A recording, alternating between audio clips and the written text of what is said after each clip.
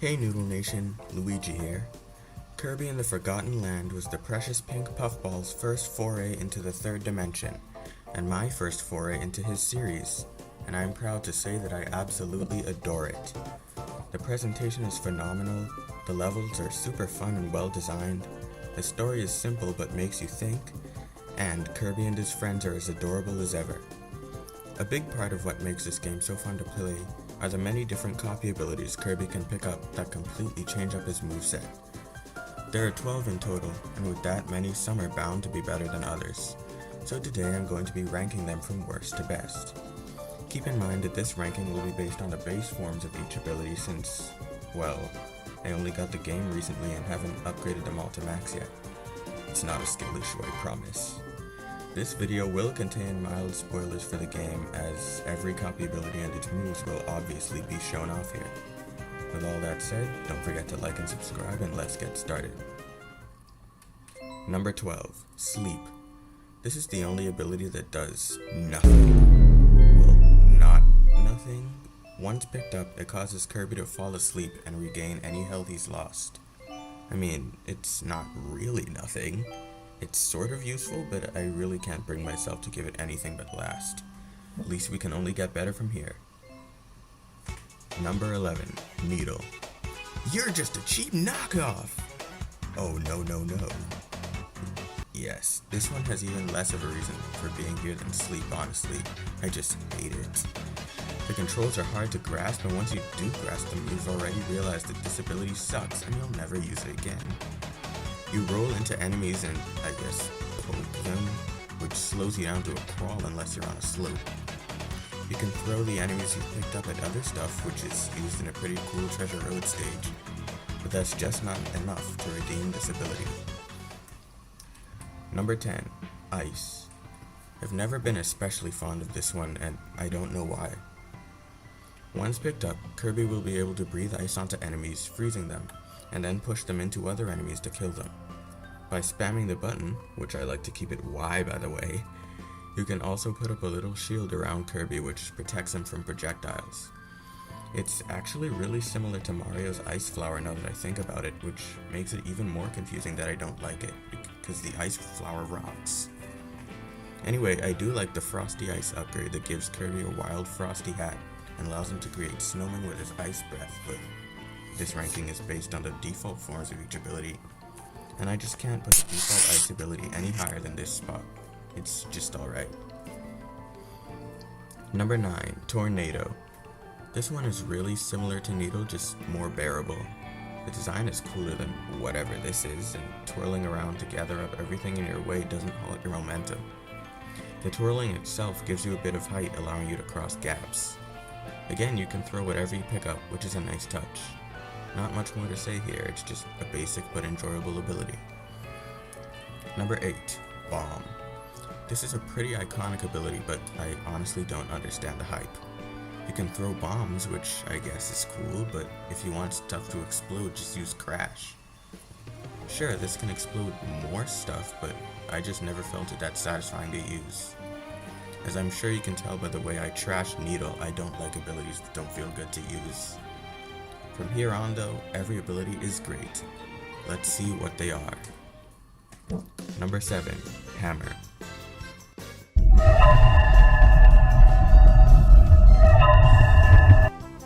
Not a bad ability.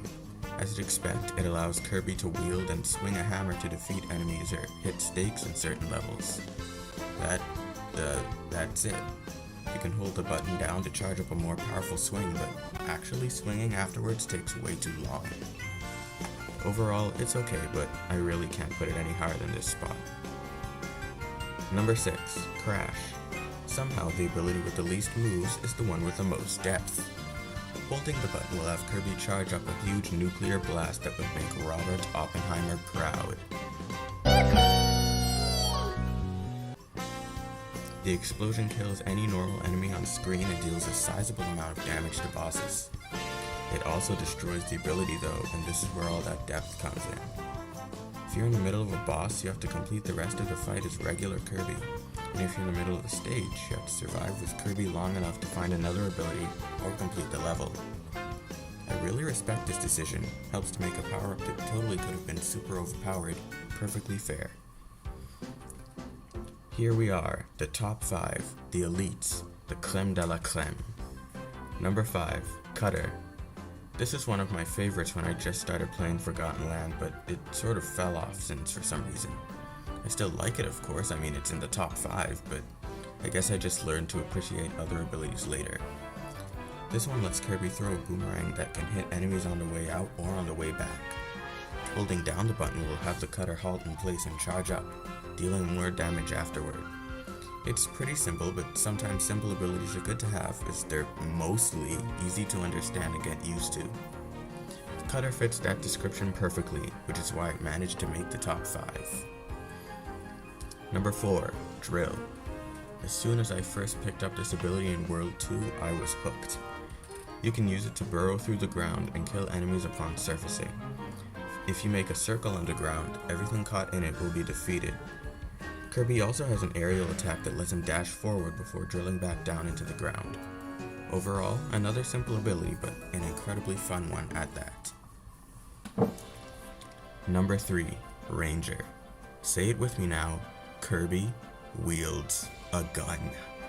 Kirby and the Forgotten Land becomes a third-person shooter when you pick this thing up. Just let that sink in for a moment. This is why people think video games cause gun violence. Jokes and state of the world aside, this is an unfathomably fun power-up to use.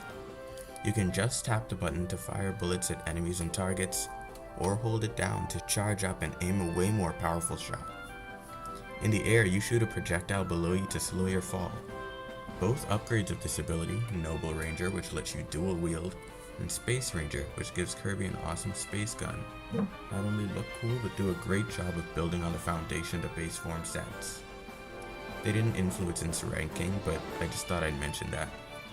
And on top of all that, this is a brand new ability, meaning the height for it was through the roof. As a result, getting to finally use it was super rewarding. The top 2 though, are both abilities that have basically been with Kirby from the beginning. It's how they're implemented in this game that truly makes them special. Number 2, Sword. For most people this would be at the top of the list, no question, and I can certainly see why. It's just iconic. It's the first ability you get in the whole game, the one that truly shows you just how great this game feels to control. Not only that, but it's super fun. Of course there's the basic slash combo and a vertical slice in midair. Like many other abilities, you can also hold down the button to charge up an attack. Sword takes notes from Tornado here, having Kirby perform a spin slash that deals a flurry of hits to any enemies caught in it. And if you're right up close to an enemy while doing the spam combo, Kirby does the smash ultimate up B. It's just too good. This ability might seem simple at first, but in reality it has more depth than almost any other, especially with its upgrades. But just one ability has managed to surpass it. That ability being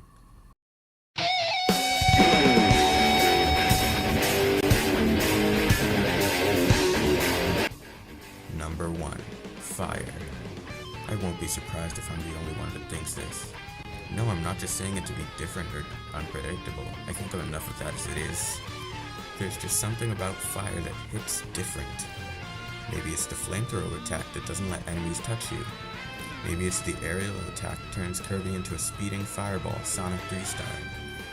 Maybe it's that bosses keep burning after you breathe fire on them, taking extra damage and making tricky encounters a lot easier, especially for people like me who are still getting used to Kirby. Maybe it's that lighting things on fire is just awesome. Guys, I promise I never burned down my house down, guys. Please believe me, guys. When it first showed up in World 1, I didn't like it as much, but now fire is my go-to ability. Whether I'm going into a tough boss battle or just want to, do a little trolling. It's used in one of the strictest treasure road stages in the game, making you light a fuse and raise it to a cannon, while destroying everything blocking its path. Of course, it also has amazing evolutions, including Volcano Fire, which is simultaneously the coolest and hottest hat in the game, and Dragon Fire, which basically turns Kirby into the Lord of Lightning from Super Mario Odyssey. Purple color scheme and all. You can even do the air dash multiple times, soaring through the air on your fiery wings. Obviously, the evolutions didn't influence the ranking, and while they are incredibly cool, they didn't need to. With its easy to understand and versatile moveset, and all the possibilities it opens up, Fire takes the cake as, in my opinion, the best copy ability in Kirby and the Forgotten Land. Alright, that's a wrap. We just ranked every copy ability in Kirby TFL from worst to best. Thanks so much for watching, and if you enjoyed the video, leave a like so that bangers like this can get recommended to others, or comment and let me know your opinions. I'd really appreciate it if you subscribe too, and just look at this. Anyway, with that said, I hope you had fun, and I'll see you all next time.